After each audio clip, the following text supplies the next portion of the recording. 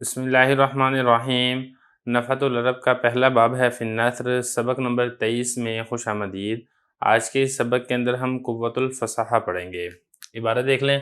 قال صاحب الاغانی ان رجلا قال لجریر من اشعر الناس قال قم حتى اعرفك الجواب فاخذ بيده وجاء الى ابيه عطية وقد اخذ عنزا فاعتقلها وجعل يمس زرعها فصاح به اخرج يا ابتي فخرج شيخ ذميم رث الحية وقد سال لبن العنز على لحيته فقال ترى هذا قال نعم قال أو تعرفه قال لا قال هذا أبي أتدري لما كان يشرب من زرع العنز قال لا قال مخافة أن يسمع صوت الحلب فيطلب منه ثم قال أشعر الناس من فاخر بهذا لبي 80 شاعرا وقارعهم فغلبهم جميعا۔ عبارت ہو چکی ہے، اب چلتے ہیں اس کے ترجمے کی طرف۔ صاحب اغانی نے کہا کہ ایک شخص نے جریر سے کہا لوگوں میں سے سب سے بڑا شاعر کون ہے؟ تو جریر نے کہا کھڑا ہو یہاں تک کہ میں تجھے پہچان کرواؤں تیرے جواب کی۔ اس کا ہاتھ پکڑا اور اس کو اپنے باپ عطیہ کے پاس لے گئے، اور اس کے باپ نے ایک بکری پکڑی ہوئی تھی اور اس کو اپنی ٹانگوں اور رانوں کے درمیان دبایا تھا اور وہ اس کے تھن چوس رہا تھا۔ تو جریر نے چیخ کر آواز دی اخرج یا ابتی، اے ابا جان باہر نکلیں۔ ایک نکلا بد شکل بدحیت بوڑھا، اور اس حال میں کہ بکری کا دودھ اس کی داڑھی پر بہہ رہا تھا۔ فقال، جریر نے کہا کیا تو دیکھ رہا ہے؟ میں نے کہا جی ہاں۔ تو جریر نے پوچھا کیا تو اس کو پہچانتا ہے؟ میں نے کہا نہیں۔ تو جریر نے کہا یہ میرا باپ ہے۔ کیا تجھے معلوم ہے یہ بکری کے تھن سے کیوں پی رہا تھا دودھ؟ میں نے کہا نہیں۔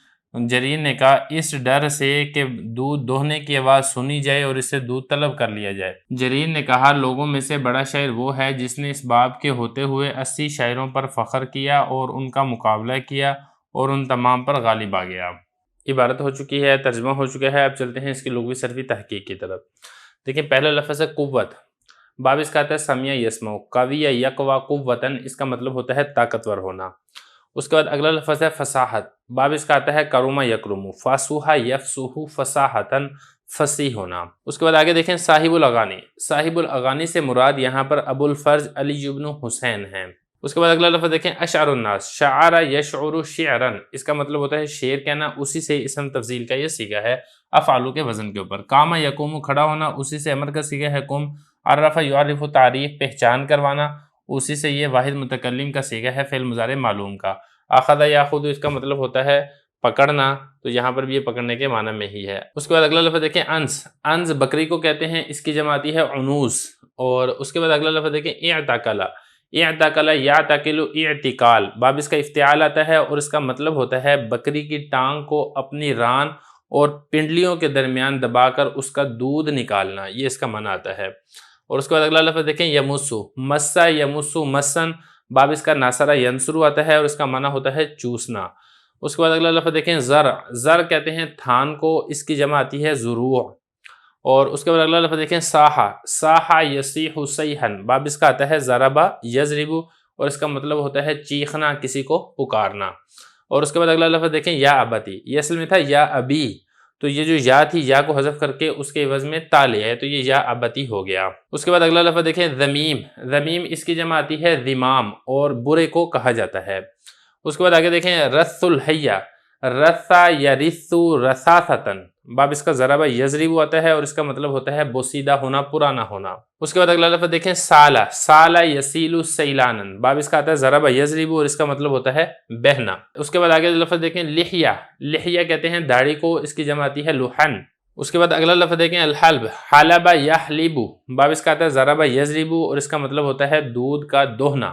آگے لفظ ہے قارعہم۔ قارع یقارع مقارعہ، باب اس کا آتا ہے مفاعلہ اور اس کا مطلب ہوتا ہے قرعہ اندازی کرنا، آپس میں تلوار چلانا، مقابلہ کرنا، یہ اس کے معنی آتے ہیں۔ غلب یغلب، غالب آنا، اردو کے اندر بھی اسی غلبے کے معنی کے اندر ہی استعمال ہوتا ہے۔ عبارت ہو چکی ہے، ترجمہ ہو چکا ہے، لغوی صرفی تحقیق ہو چکی ہے، اب چلتے ہیں اس کی تشریح کی طرف۔ تو صاحب اغانی میں آپ کو بتا چکا ہوں ابو الفرج ہیں، یہ انہوں نے ذکر کیا یہ والا واقعہ کہ ایک شخص جریر کے پاس ہے جو بڑا مشہور شاعر تھا، اور اس سے آگے پوچھا کہ لوگوں میں سے بڑا شاعر کون ہے، سب سے بڑا شاعر کون ہے؟ تو جریر نے کیا کہا کھڑا ہو میں تجھے پہچان کرواتا ہوں۔ تو کہتے ہیں کہ اس کا ہاتھ پکڑا اور اس کا ہاتھ پکڑ کے اس کا جو باپ تھا نا جریر کا باپ عطیہ، اس کے پاس لے گیا۔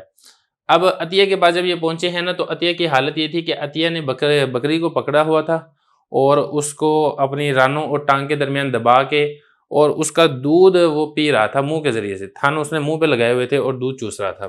یہ کہہ رہے ہیں یہ تکلا اس کو دبایا ہوا تھا اور اس کا وہ دودھ چوس رہا تھا۔ فصاحب اس نے آواز لگائی اخرج یا ابا جان باہر نکلیں، فخرج شیخ ضمیم، تو ایک بد شکل اور خسیس اور کم ترین درجے کا ایک آدمی باہر نکلا۔ اور کس وقت باہر نکلا؟ اس حالت اس کی یہ تھی اس کے باپ کی کہ جو بکری کا جو دودھ تھا اس کی داڑھی کے اوپر بہہ رہا تھا، مطلب اس کو اتنی بھی تمیز نہیں تھی کہ اگر میں دودھ پی رہا ہوں تو میں اپنا آپ بچا کے اپنا چہرہ بچا لوں، ایسا بھی کچھ نہیں تھا۔ تو پھر اس نے جریر نے کہا کہ تو اس بندے کو دیکھ رہا ہے اس کو؟ تو اس نے کہا جی ہاں میں دیکھ رہا ہوں۔ تو پھر جریر نے پوچھا کہ آپ اس بندے کو جانتے ہیں، یعنی میرے والد لحیہ کو جانتے ہیں؟ اس نے کہا میں نہیں جانتا۔ اس نے کہا یہ میرا باپ ہے، کیا تجھے معلوم ہے کہ یہ جو بکری کے تھن سے براہ راست دودھ کیوں پی رہا تھا، برتن سے کیوں نہیں نکال رہا تھا؟ اس نے کہا مجھے نہیں پتا۔ اس نے کہا یہ اس وجہ سے یہ برتن میں دودھ نہیں دھو رہا تھا کہ اس کو یہ ڈر تھا کہ اب آپ کو معلوم ہے نا کہ برتن میں جب دودھ نکالتے ہیں تو اس کی ایک آواز آتی ہے جب برتن سے اس کی وہ دھار ٹکراتی ہے۔ تو اس نے جریر نے کہا کہ یہ برتن میں اس لیے دودھ نہیں نکال رہا تھا کہ اس کو یہ ڈر تھا کہ دودھ کی آواز سنی نہ جائے، کوئی دودھ کی آواز سن کے دودھ نہ مانگ لے۔ تو اتنا بخیل آدمی تھا کہ اس کو اس ڈر کی وجہ سے کہ کوئی میرے سے دودھ نہ مانگ لے، وہ ڈائریکٹ ہی تھن منہ کو لگا کے وہ دودھ چوس رہا تھا۔ تو مطلب کہنے کا یہ تھا کہ اس کے باپ جو تھا نا، کوئی بہت اچھی شکل و صورت کے اندر کوئی بہت اچھی صفات کا یہ مالک نہیں تھا، نہ اس کو کھانے پینے کا پتہ تھا، نہ ہی اس کی کوئی شکل و صورت ٹھیک تھی، اور لالچ اس کے اندر انتہا درجے کی تھی۔ خلاصہ یہ تھا کہ خسیس اور گھٹیا ترین شخص تھا اس جریر کا والد عطیہ۔ لیکن پھر آگے جریر نے جو بات کی نا وہ ذرا سمجھے۔ جریر کہتا ہے کہ دیکھو لوگوں میں سے بڑا شاعر وہ ہے کہ جو ایسے گھٹیا اور کم ترین باپ کے ہوتے ہوئے بھی اس نے اس کی ایسی صفات بیان کی ہیں اپنے اشعار کے ذریعے سے کہ 80 شعراء سے مقابلہ کیا اور سب پر غالب آ گیا۔ تو جریر بتانا ہی چاہ رہا تھا کہ میں سب سے بڑا شاعر ہوں ایسے خسیس اور کم ترین باپ کے ہوتے ہوئے، جس کے اندر اتنی بری صفات پائی جاتی ہیں، میں نے اس کی اتنی خوبیاں بنا کر پیش کی ہیں کہ میں اپنے اشعار میں لوگوں سے غالب آ گیا۔ تو خلاصہ کلام یہ کہ میں سب سے بڑا شاعر ہوں۔